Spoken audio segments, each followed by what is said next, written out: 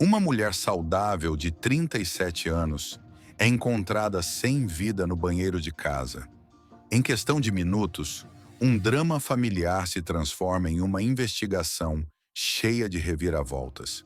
Mas o que realmente surpreendeu as autoridades foi o conteúdo de uma carta escrita de dentro da prisão, por ninguém menos que a sogra da vítima. Uma carta que mudou completamente os rumos do inquérito. Neste vídeo, você vai acompanhar todos os detalhes da linha do tempo deste caso, desde os primeiros sintomas até o conteúdo revelador da carta escrita na prisão. Uma história cheia de contradições, dúvidas e pistas que ainda não foram totalmente esclarecidas.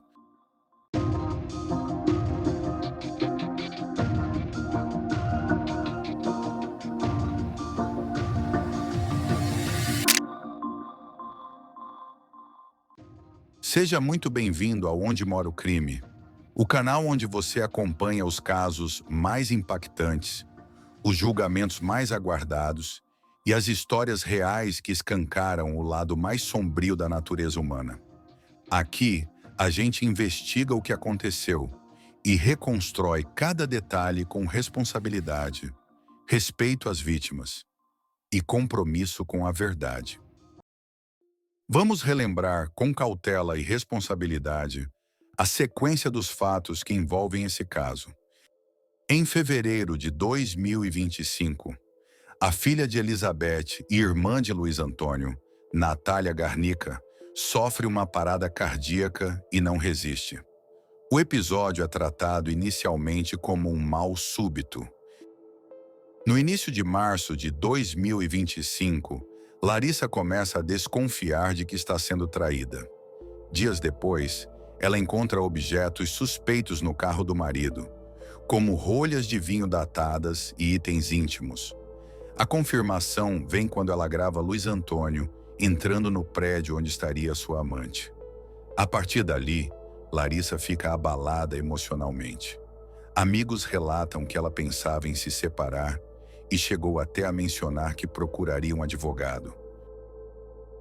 Pouco tempo depois, no dia 16 de março, Larissa começa a relatar desconfortos físicos, como tontura e mal-estar, especialmente após visitas da sogra. Também surgem desentendimentos no casamento.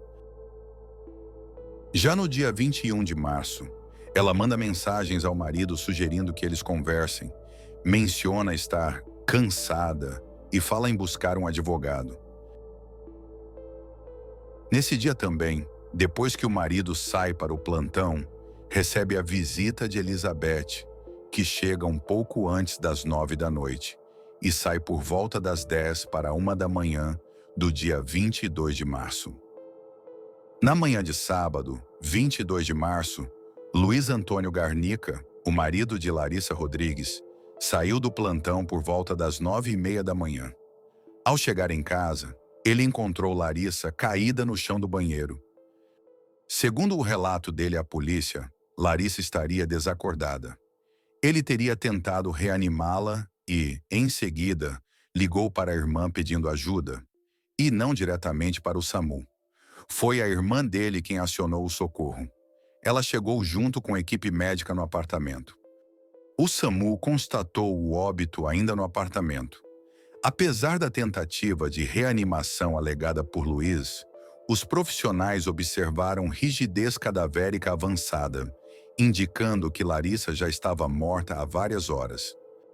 Ainda de acordo com a investigação, após a constatação da morte, Luiz teria trocado de roupa, removido objetos e limpado parte do apartamento com a ajuda da irmã.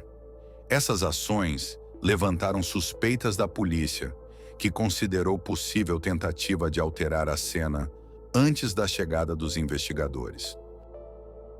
O comportamento de Luiz foi descrito por testemunhas como exageradamente dramático, contrastando com os indícios de que ele sabia que Larissa já estava sem vida havia muito tempo. Em 11 de abril, a Polícia Civil ouviu a mulher que mantinha um relacionamento extraconjugal com Luiz Antônio Garnica. um depoimento que viria a ser decisivo. Ela relatou que o casal se conhecia havia cerca de 1 ano e meio e que na noite de 21 de março, o médico foi buscá-la às 8h50 para irem ao cinema juntos. Depois da sessão, ficaram em sua casa até de madrugada, consumindo pipoca, bebidas e dormiram lá. Que no sábado de manhã, 22 de março, que poucos minutos após Luiz chegar em casa, mandou uma mensagem a ela informando, com um tom visivelmente abalado, que Larissa havia falecido e que ele não sabia como reagir. Segundo o promotor Marcos Túlio Nicolino, esse depoimento levantou 2 pontos importantes. A permanência de Luiz nessa noite poderia configurar um álibi calculado, pois ele foi visto publicamente no cinema e estaria longe de casa quando Larissa morreu. Ele também expressou preocupação com a partilha de bens, já que o divórcio com Larissa estava sendo considerado, o que para a promotoria evidenciaria um possível motivo financeiro. No dia 20 de abril saiu o laudo necroscópico de Larissa. O laudo aponta lesões nos pulmões e coração, mas não indica a causa conclusiva do óbito. No dia 5 de maio, a investigação avançou com o depoimento de uma testemunha-chave. Essa pessoa relatou que, aproximadamente 15 dias antes do falecimento de Larissa, Elizabeth, sogra da professora, teria comentado que precisava de um produto para controle de pragas e buscava informações sobre onde encontrá-lo.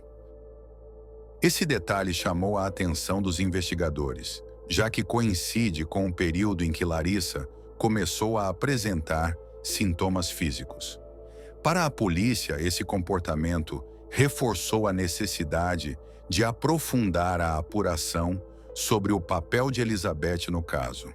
A partir desse ponto, os indícios passaram a apontar para uma possível ação planejada, e o depoimento foi considerado uma peça importante no conjunto das evidências reunidas até ali.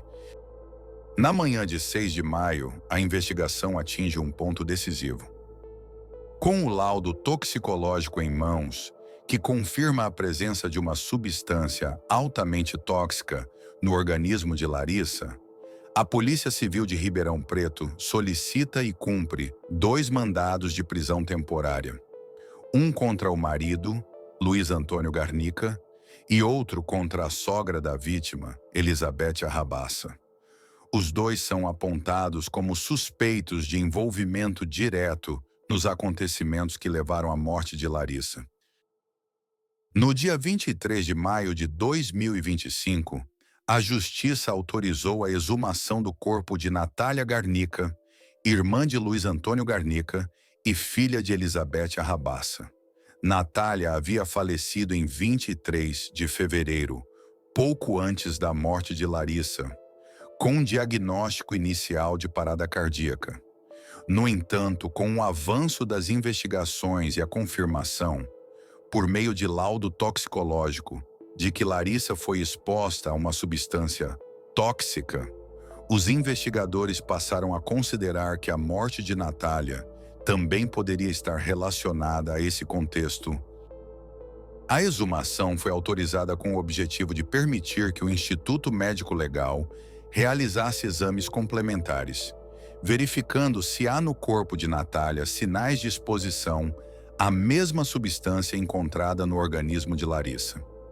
A decisão da Justiça teve como base o princípio da precaução e a necessidade de esclarecer se existe alguma ligação entre as 2 mortes, mesmo que, até aquele momento, não houvesse qualquer acusação formal em relação ao falecimento de Natália.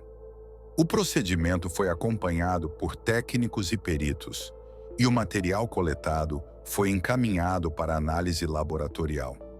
A expectativa era de que os resultados ajudassem a esclarecer se a investigação deveria seguir apenas no caso de Larissa ou se Natália também poderia ter sido vítima de um mesmo cenário. No dia 4 de junho de 2025, a investigação ganha um novo elemento: A polícia inclui no inquérito uma carta escrita por Elizabeth Arrabassa, a sogra da vítima. A carta foi redigida de dentro da prisão, onde ela está temporariamente detida desde o início de maio. No documento, Elizabeth apresenta uma nova versão dos fatos. Ela afirma que as cápsulas que teriam sido consumidas por Larissa estavam contaminadas acidentalmente.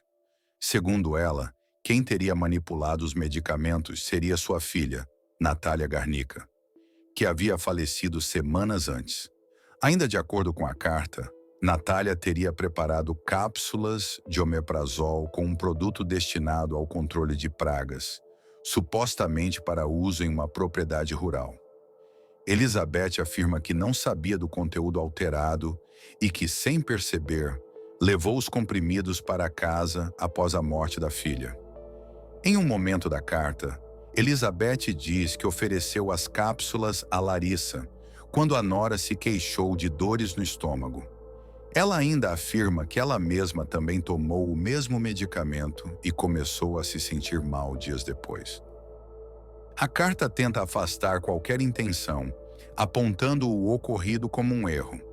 Para os investigadores, no entanto, o conteúdo da carta não encerra o caso, mas levanta ainda mais dúvidas. A versão apresentada diverge de outros depoimentos já colhidos e também do comportamento de Elizabeth nas semanas anteriores. O Ministério Público e a polícia seguem analisando a carta como parte das provas, mas destacam que ela não tem valor legal como confissão, nem isenta os envolvidos de apuração mais aprofundada. A carta, na verdade, abre uma nova linha de questionamentos, principalmente sobre o real papel de Natália nessa história e sobre a possível tentativa de Elizabeth de mudar o foco da responsabilidade. No dia 5 de junho, houve um novo capítulo importante na investigação. A Justiça acatou o pedido da Polícia Civil e do Ministério Público para prorrogar por mais 30 dias a prisão temporária de Luiz Antônio Garnica e de sua mãe, Elizabeth Arrabassa. A decisão levou em conta 3 pontos principais: a presença da substância tóxica confirmada no laudo, associada aos indícios levantados até então, a possibilidade de interferência na investigação, como destruição de provas ou influência em depoimentos, a necessidade de completar perícias, especialmente na análise de celulares, eletrônicos e outros documentos apreendidos. Segundo o promotor responsável, a medida foi considerada crucial para que a apuração avance com segurança, preservando as evidências e buscando chegar a uma conclusão mais precisa. Este é o ponto em que estamos atualmente. Ao longo deste vídeo, analisamos os momentos mais relevantes até agora. A cada nova etapa surgem mais dúvidas e mais perguntas. O que ainda está por vir? Resultados da exumação de Natália. Perícias nos aparelhos apreendidos. A versão apresentada na carta. A verdade pode estar ainda mais próxima. Se você quer ser o primeiro a saber quando surgirem novos desdobramentos, inscreva-se no canal, ative o sininho e deixe seu like agora. E claro, comente abaixo o que você acha até aqui. A sua opinião ajuda a entender melhor esse quebra-cabeça. Obrigado por acompanhar. Até o próximo vídeo, onde continuaremos a buscar as respostas sobre o que realmente aconteceu com Larissa Rodrigues.